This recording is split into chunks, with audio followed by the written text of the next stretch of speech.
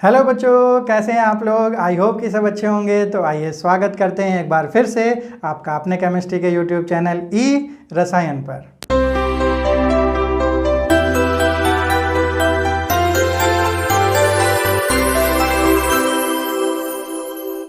आज के सेशन में बच्चों हम लोग बात करने वाले हैं अपना जो आयनिक इक्विलिब्रियम था उसके लास्ट टॉपिक के बारे में, जो कि है हमारा सॉल्युबिलिटी प्रोडक्ट।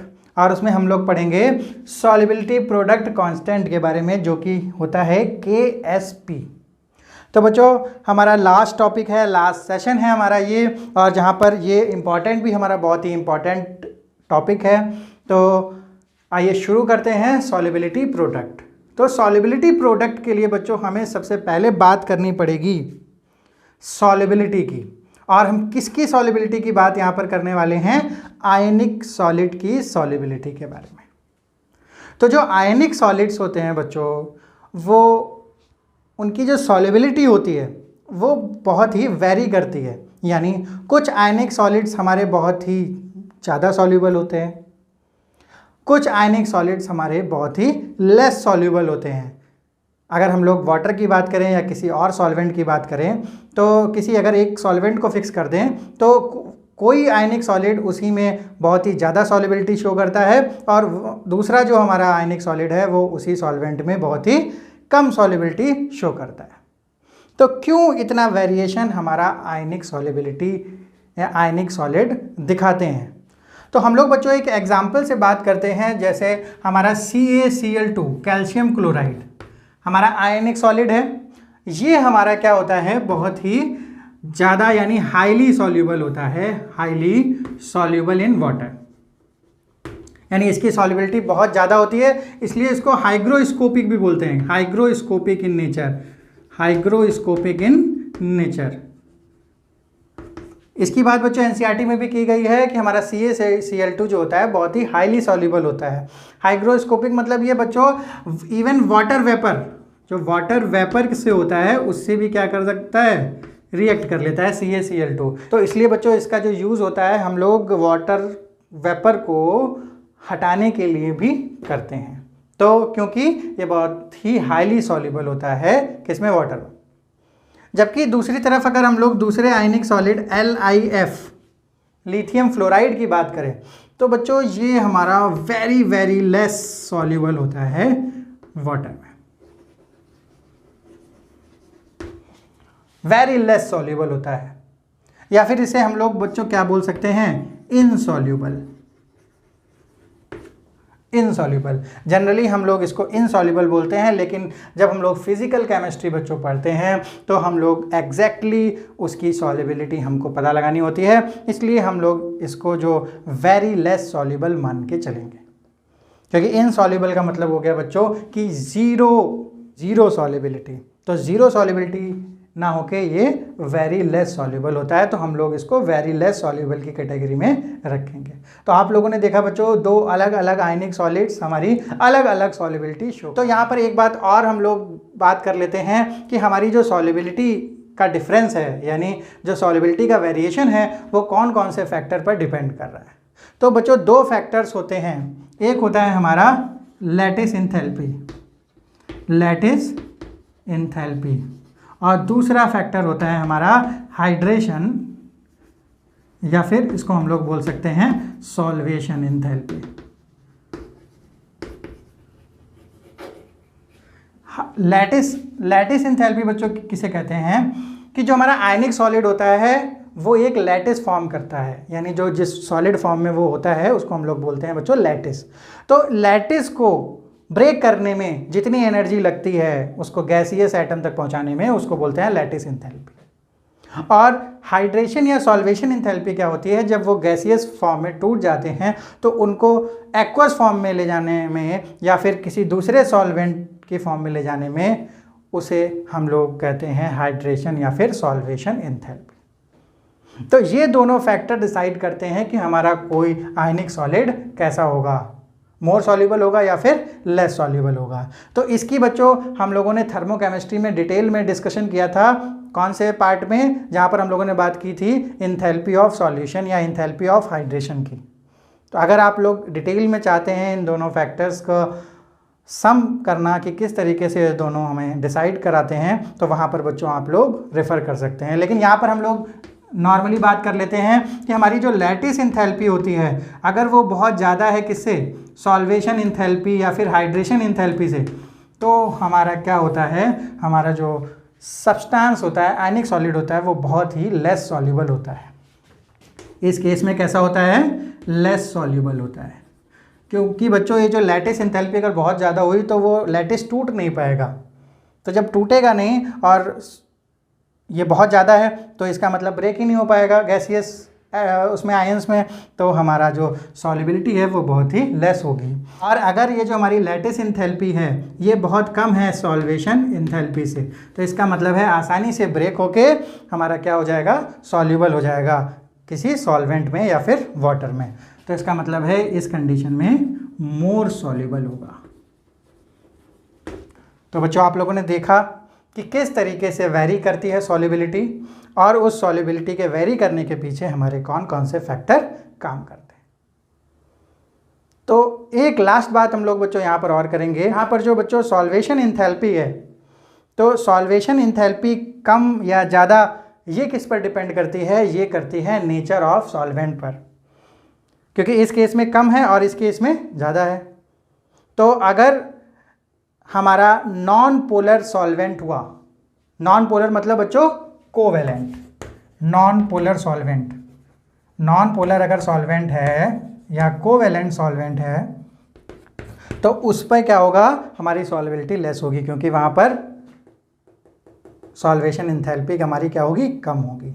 और अगर हमारा जो सॉल्वेंट है वो आयनिक नेचर का हुआ, यानी पोलर नेचर का हुआ, तो इसका मतलब है हमारा जो आयनिक सॉलिड है वो मोर सॉल्युबल होगा।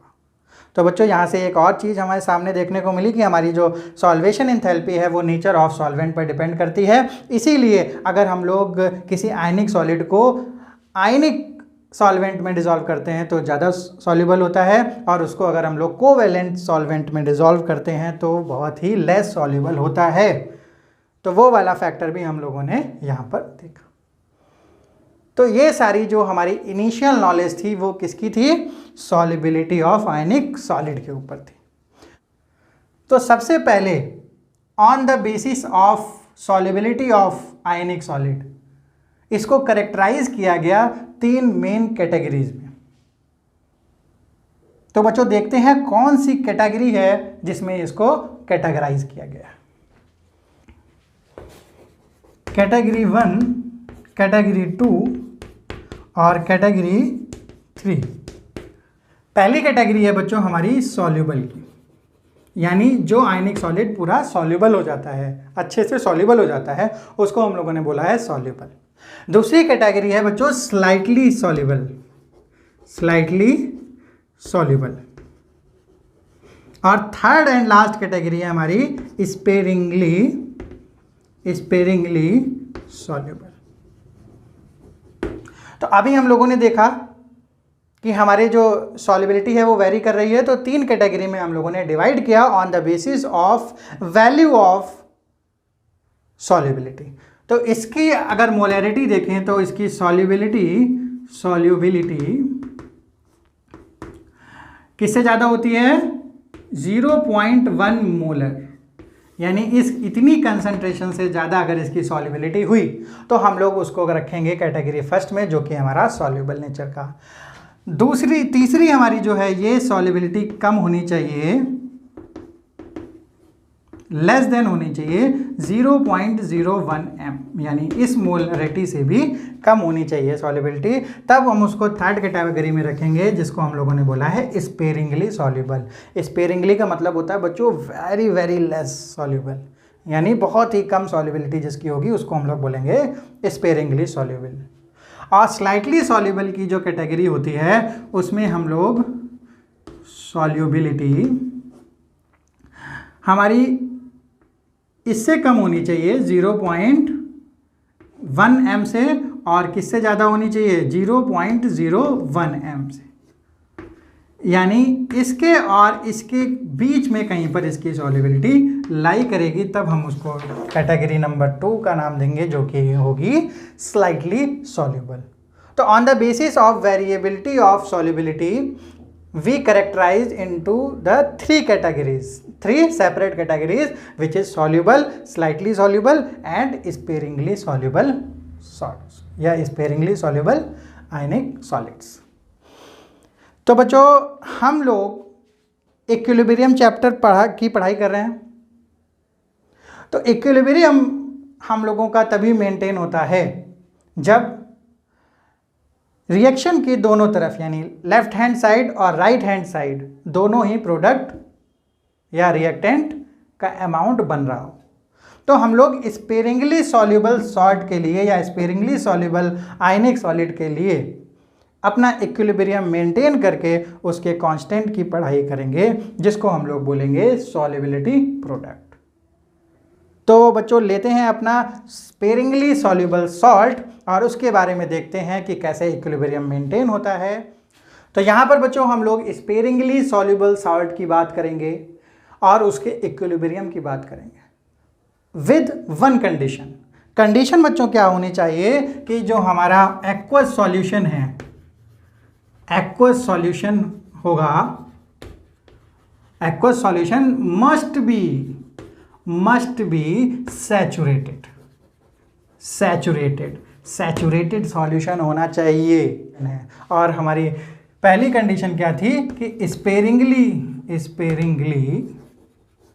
सॉल्युबल सॉल्ट हम लोग ले रहे हैं। तो हम लोग बच्चों जनरली कोई रिएक्शन या आयनिक सॉलिड मान लेते हैं AB, तो उससे हमारा सॉल्युबिलिटी बनेगा A प्लस एक्वस, यानी वाटर में अगर हम लोग लेते हैं तो B माइनस एक्वस। तो स्पेरिंगली सॉल्युबल सॉल्ट है, ये सैचुरेटेड सॉल्यूशन है और उसके बीच में हमारा क्या मेंटेन है, इक्विलिब्रियम। इस रिएक्शन के लिए अगर हम लोग कांस्टेंट लेते हैं, इक्विलिब्रियम कांस्टेंट, तो बच्चों क्या आता है, हम लोग पहले भी पढ़ चुके हैं, A प्लस B माइनस और अपॉन AB सॉलिड। तो हम लोगों ने बच्चों हीट्रोजीनियस इक्विलिब्रियम में पढ़ा था कि अगर प्योर सॉलिड और प्योर लिक्विड फॉर्म में अगर कोई हमारा सब्सटेंस रिएक्शन में प्रेजेंट है तो उसका हम लोग कंसंट्रेशन कितना मानते हैं, 1। तो यहाँ पर हम लोग नीचे इसका 1 मानेंगे तो हमारा आ जाएगा K = A plus into B minus का कंसंट्रेशन। तो चूंकि बच्चों ये हम लोग किसके लिए ले रहे हैं, स्पेरिंगली सॉल्युबल सॉल्ट के लिए ले रहे हैं, तो यहाँ पर हम लोग सॉल्युबिलिटी प्रोडक्ट इसको नाम देंगे। जैसे बच्चों हम लोगों ने अलग अलग रिएक्शन के लिए अलग अलग K का नाम वहाँ पर दिया था। एसिडिक रिएक्शन के लिए Ka दिया था, बेसिक रिएक्शन के लिए Kb, वाटर के लिए Kw। ऐसे ही हम लोग यहाँ पर सॉल्युबिलिटी प्रोडक्ट के लिए Sp हम लोग सफिक्स में रखते हैं। तो ये हमारा हो गया solubility product constant, solubility product constant. अब इसकी सॉल्युबिलिटी कैसे निकालेंगे कि कितनी सॉल्युबिलिटी हमारी A प्लस की और B माइनस की है। तो हम लोग मान लेते हैं कि इनिशियल कंसंट्रेशन कितना है इसका, 0 और जब इक्विलिब्रियम यहाँ पर अटेन हुआ है तो हम लोग मान लेते हैं S मोल्स इसके, यानी S मोलरिटी इसकी यहाँ पर खर्च हुई है। तो अगर S यहाँ पर कंज्यूम हुआ है तो S इसका बनेगा और इसका S बनेगा अकॉर्डिंग टू द स्टोइचियोमेट्री। तो बच्चों हम लोग KSP in case of this reaction यहाँ पर निकालेंगे S इंटू S। तो यहाँ पर KSP इज इक्वल टू हो जाता है S²। अब यहाँ पर जो KSP है वो क्या है, सॉल्युबिलिटी प्रोडक्ट कांस्टेंट, और हमारा S क्या है, सॉल्युबिलिटी। तो इसी तरीके से बच्चों हमारा सॉल्युबिलिटी प्रोडक्ट यहाँ पर डिफाइन होता है और इसको हम लोग कांस्टेंट बोलते हैं, सॉल्युबिलिटी प्रोडक्ट कांस्टेंट, और इसको हम लोग सॉल्युबिलिटी बोलते हैं। तो यहाँ पर हम लोगों ने एक सिंपल सॉल्ट लिया था, सिंपल आयनिक सॉलिड लिया था AB। अब अगर हम AB की जगह पर कुछ कॉम्प्लेक्स यानी कुछ अलग रेशियो में यहाँ पर आयनिक सॉलिड लेते हैं तो उसका हम लोग KSP कैसे निकालेंगे बच्चों, उसको भी हम लोग देख लेते हैं। तो अगर हम लोग बच्चों AB की जगह पर AB2 लेते हैं आपकी सॉलिड फॉर्म में, तो इसका जब हम लोग सॉल्यूबल करेंगे तो ये होगा a प्लस एक्वस और 2b माइनस एक्वस। तो यहाँ पर जो KSP होगा वो होगा हमारा a प्लस b माइनस, और ये जो हमारा एशियोमेट्रिक कोफिशिएंट होता है ये पावर में आ जाता है जब हम लोग इक्विलिब्रियम कांस्टेंट लेते थे। तो यहाँ पर भी बच्चों ऐसा ही होगा। तो यहाँ पर इक्विलिब्रियम में 1 माइनस एस और यहाँ s और यहाँ पर 2s होगा, जैसा कि अभी हम लोगों ने देखा अकॉर्डिंग टू द स्टोइचियोमेट्री। तो अब हम लोग यहाँ पर वैल्यू रख देंगे कंसंट्रेशन की, तो ये s इंटू एस 2s का होल स्क्वायर, b माइनस की कंसंट्रेशन कितनी है 2s, तो s इंटू 2 स्क्वायर 4 और s स्क्वायर, तो यहाँ पर हो गया 4s क्यूब। तो KSP की वैल्यू क्या आ गई 4s क्यूब। तो जो AB2 टाइप का बच्चों हमारा आयनिक सॉलिड था, तो इसका एक एग्जाम्पल हो सकता है हमारा MgOH2। तो ये बच्चों इसी तरीके से इसका KSP आएगा, हमारा जो ब्रेक होगा Mg+2 और +2OH नेगेटिव। ऐसे ही अगर हम लोग A3B2 टाइप का कोई सब्सटेंस लेते हैं, जैसे अगर हम लोग यहाँ पर ले लेते हैं Ca3PO4 ठीक है, तो इसको अगर हम लोग यहाँ पर सॉल्यूबल करते हैं तो हमारा आएगा 3Ca+2 +2PO4 3 माइनस। तो ब्रेक करना तो बच्चों आप लोगों को आता होगा, इसके लिए हम लोगों ने 9th क्लास में सीखा था कि किस तरीके से आयनिक कंपाउंड को ब्रेक करते हैं with their concerned cation and anion. तो यहाँ पर बच्चों हम लोगों ने इसको ऐड कर लिया। हमें मालूम है बच्चों Ca के पास +2 होते हैं और PO4 के पास -3 होते हैं, तो इसीलिए हम लोगों ने इस तरीके से इसको ब्रेक कर लिया है। तो इसका इनिशियल कंसंट्रेशन 100 और इक्विलिब्रियम पर 3s हो जाएगा और ये 2s हो जाएगा। तो KSP हमारा कितना होगा Ca+2 की पावर 3 इंटू PO4 3 2, तो 3s का क्यूब इंटू 2s का स्क्वायर, तो यहाँ पर आ जाएगा 27s cube into 4s square. तो 27 4 जा कितना हुआ 108 s की पावर 5। तो KSP हमारा इस केस में आ गया 108 इंटू s की पावर 5। तो इस तरीके से बच्चों हम लोग कोई भी हमारे पास एग्जाम्पल आता है, किसी भी रेशियो में आता है, तो हम लोगों ने कोई भी जनरल फार्मूला यहाँ पर नहीं निकाला है, क्योंकि बच्चों वो हमारा और कॉम्प्लेक्स हो जाता है। तो जनरली हम लोगों को बेसिक चीज़ पता है कि किस तरीके से हम लोगों को यहाँ पर ब्रेक करना है अकॉर्डिंग टू द स्टोइचियोमेट्री, और उसको हम लोगों ने KSP में रखना है।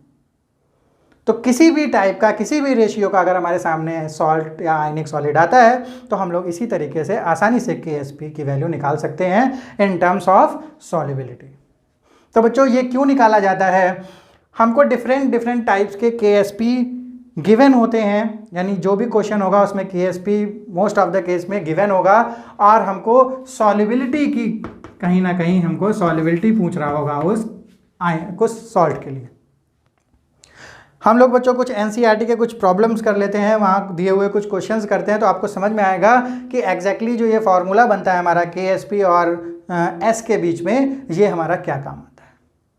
तो चलिए बच्चों देख लेते हैं। तो यहाँ पर बच्चों आपके सामने ये जो NCERT का हमारा एग्जाम्पल है, बोल रहा है calculate the solubility of A2X3 in pure water, यानी A2X3 टाइप का कोई हमारा जो सॉल्ट है, आयनिक सॉलिड है, वो वाटर में डिज़ोल्व किया गया है, और हमको मानना है कि उसका जो KSP है उसका दिया हुआ है 1.1 इंटू 10⁻⁻23, और हमसे पूछ रहा है कि उसकी सॉल्युबिलिटी क्या होगी। कैलकुलेट द सॉल्युबिलिटी, यानी सॉल्युबिलिटी पूछ रहा है। तो हमको दिया है A2X3। तो बच्चों A2X3 किस तरीके से हमारा यहाँ टूटेगा 2A प्लस और 3X माइनस, तो यानी 100 और इक्विलिब्रियम में 2S और 3S। तो इसकी हम लोग KSP आसानी से निकाल सकते हैं, A की पावर 2 X की पावर 3, यानी 2S की पावर 2 और 3S की पावर 3, तो यानी 4S square and into 27S cube, यानी फिर से हमारा क्या आया 108 s की पावर 5। ये आ गया हमारा KSP फॉर दिस A2X3। तो सॉल्युबिलिटी बच्चों निकालनी है, KSP हमको दिया हुआ है। जैसे हम लोग अभी बोल रहे थे कि KSP हमारा गिवन होता है, KSP की वैल्यू दी है 1.1 इंटू 10 टू पावर -23। तो S की वैल्यू निकालनी है तो 108 हम लोग नीचे ले लेते हैं यहाँ पर S की पावर 5।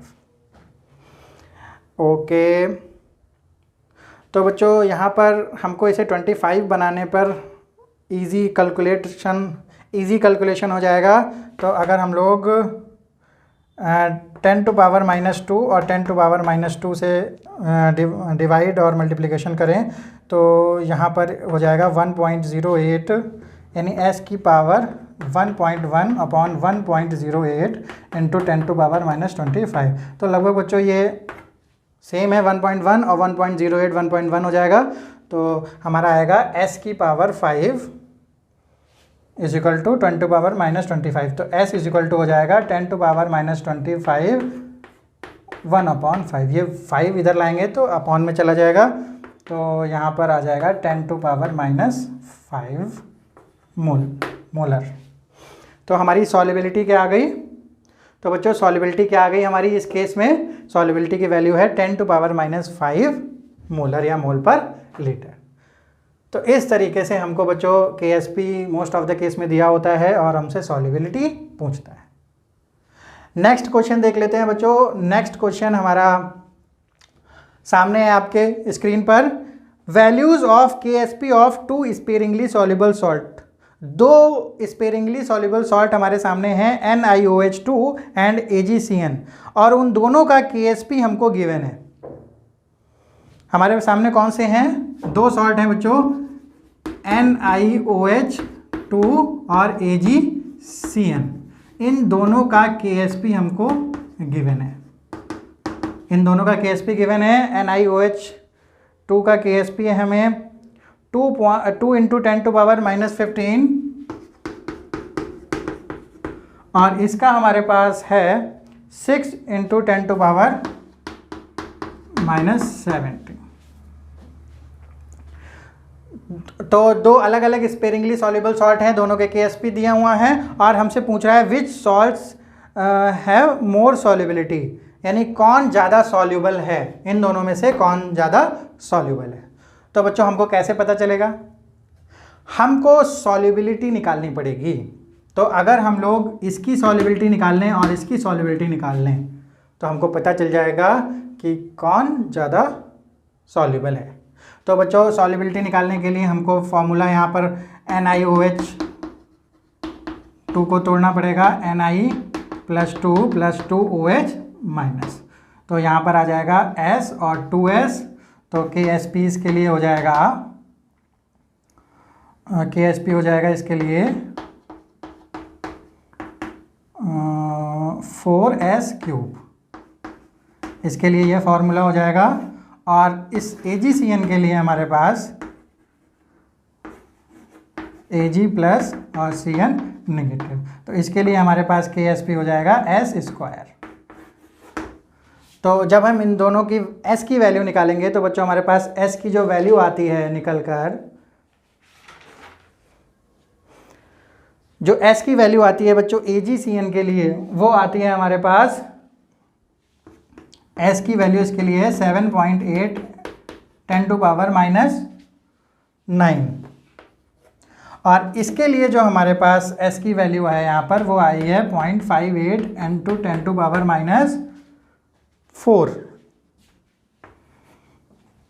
तो इन दोनों के S को जब हम लोग कंपेयर करेंगे तो बच्चों हमारे पास बड़ी वैल्यू आती है ये हमारे पास बड़ी वैल्यू है क्योंकि ये -4 है और ये -9 है। तो इसका मतलब है NiOH2 की जो S है वो ज़्यादा है किससे? AgCN से। तो बच्चों हमारे पास मोर सॉल्युबल कौन सा होगा? NiOH2। ये हमारे पास मोर सॉल्युबल होगा। तो हम लोगों ने देखा किस तरीके से हम लोगों ने S की वैल्यू की हेल्प से हमने उसकी सॉल्युबिलिटी पता लगा ली। और हमको S की वैल्यू कैसे पता चली? With the help of KSP। अब बच्चों हमारे पास जो बिल्कुल एक्सट्रीम लास्ट टॉपिक है इस चैप्टर का, वो है कि कैसे किसी सॉल्युबिलिटी प्रोडक्ट पर या सॉल्युबिलिटी प्रोडक्ट में किसी आयन के कंसंट्रेशन पर हमारा कॉमन आयन का इफेक्ट पता चलता है। तो आइए बच्चों देखते हैं, बिल्कुल लास्ट टॉपिक है हमारा, क्या है। तो आयनिक प्रोडक्ट भी बच्चों जैसे हम लोगों ने सॉल्युबिलिटी प्रोडक्ट निकाला वैसे ही आयनिक प्रोडक्ट है हमारा। बस कंडीशन हमारी, हम लोगों ने जब सॉल्युबिलिटी प्रोडक्ट की बात की थी तो वहाँ पर हम लोगों ने एक कंडीशन ली थी कि हमारा जो एक्वस सॉल्यूशन होना चाहिए वो कैसा होना चाहिए, सैचुरेटेड। तो वहाँ पर हम लोग SP लिख देते हैं। और आयनिक प्रोडक्ट भी सेम होता है, बस वो हमारा सैचुरेशन वाला जो कंडीशन होती है वो यहाँ पर फॉलो नहीं होती। तो बच्चों उसके बारे में हम लोगों को यहाँ पर ज़्यादा बात नहीं करनी है, वो हमारा कंसर्न नहीं है। हमको बस देखना है कि कॉमन आयन इफेक्ट, तो यानी अगर बच्चों कोई हमें आयनिक सॉलिड दिया हुआ है और उसकी KSP दी हुई है और कोई एक और आयन और सॉल्ट हमें वहाँ पर दिया जाता है जो एंट्री करता है उस सॉल्यूशन में, और उसका एक आयन हमारा कॉमन है, तो हमारे सॉल्युबिलिटी पर क्या फ़र्क पड़ने वाला है। तो with the help of one example बच्चों हम इस इफ़ेक्ट को समझने वाले हैं, क्योंकि बच्चों ये जो कॉमन आयन इफ़ेक्ट है इस चैप्टर में यानी आयनिक इक्विलिब्रियम में हम लोग एक बार नहीं, दो बार नहीं, हम लोग बहुत बार इस कॉमन आयन इफ़ेक्ट को देख चुके हैं। सबसे पहले हम लोगों ने कॉमन आयन इफेक्ट का जो वीडियो था वहाँ पर हम लोगों ने देखा, फिर हम लोगों ने साल्ट हाइड्रोलिसिस में भी देखा, फिर हम लोगों ने बफर सॉल्यूशन में भी देखा कॉमन आयन इफेक्ट। अब हम लोग यहाँ पर देखने वाले हैं कॉमन आयन इफेक्ट। तो ये आपके सामने बच्चों ये क्वेश्चन दिख रहा है, NCERT का क्वेश्चन है, calculate the molar solubility of NiOH2 in 0.10 molar NaOH। KSP given है 2 × 10⁻⁻15। तो यहां पर बच्चों हमारे पास साफ साफ NiOH2 के लिए हमें ये हमारा जो आयनिक प्रोडक्ट है, हमारा जो ये आयनिक प्रोडक्ट है वो ये जो बच्चों हमारा आयनिक सॉलिड है, इसके लिए हमें क्या दिया हुआ है, इसके लिए KSP दिया हुआ है। तो ये हमारा कैसे कर होगा, Ni+2 + 2OH-, तो 1 0 0 1 - S S 2S। इस तरीके से बच्चों हमारा ये जो सॉल्युबिलिटी है वो डिवाइड होगी Ni+2 और OH- में। अब बच्चों यहाँ पर NiOH की जगह पर हमारे पास एक और आयनिक सॉलिड है जो कि हमारा NaOH, और NaOH हमारा इरिवर्सिबली ब्रेक होगा क्योंकि हमारा स्ट्रॉन्ग बेस है, स्ट्रॉन्ग इलेक्ट्रोलाइट है Na+ और OH- में। तो कितना है ये 0.1 मोलर है। तो शुरू में ये 0 0 होगा और जब ये डिसोसिएट होगा तो ये 0 हो जाएगा और ये पूरा का पूरा डिसोसिएट हो जाएगा। तो अभी तक अगर हम लोग इसके लिए KSP निकालते बच्चों, इसके लिए KSP निकालते तो हमारा फॉर्मूला होता है Ni+2 और OH- का स्क्वायर। तो जो OH की कंसंट्रेशन है वो अभी हम लोग रखने वाले थे 2S, लेकिन पूरे सॉल्यूशन में बच्चों एक और इलेक्ट्रोलाइट इंट्रोड्यूस हो चुका है, और ये इंट्रोड्यूस हुआ है एक कॉमन आयन को लेके इंट्रोड्यूस हुआ है। तो यहाँ पर बच्चों इस कॉमन आयन का जो कंसंट्रेशन है उसको हमें ऐड करना पड़ेगा। तो यानी जो OH का कंसंट्रेशन अब है वो केवल 2S ना रह के +0.1 हो चुका है। ये टोटल कंसंट्रेशन है जो हम लोग यहाँ पर रखने वाले हैं। रख देते हैं बच्चों, इसका S है, इसका हो जाएगा 2S + 0.1 का होल स्क्वायर। अब एक बात और बच्चों, ये हमारा स्पेरिंगली सॉल्युबल सॉल्ट है, तो S जो हमारा होता है वो बहुत ही छोटा होगा, यानी वेरी वेरी लेस होगा इस टोटल अमाउंट से। तो इसका मतलब है इस टोटल अमाउंट से बहुत ही छोटा होगा। तो 2S + 0.1 लगभग कितना होगा, 0.1। तो ये जो S है वो बहुत ही छोटा है, इसलिए बच्चों ये जो एडिशनल वैल्यू है इसको हम लोग नेगलेक्ट कर देंगे, और यहाँ पर S × 0.1 का होल स्क्वायर, इसको हम लोग 2 बार लिख लेते हैं। और KSP की वैल्यू हमको कितनी दी हुई है, 2 × 10⁻⁻15। तो यहाँ पर आ जाएगा हमारा 10 टू पावर -2, इधर आएगा तो हमारी S की वैल्यू हो जाएगी 2 × 10 टू पावर -13 मोल पर लीटर।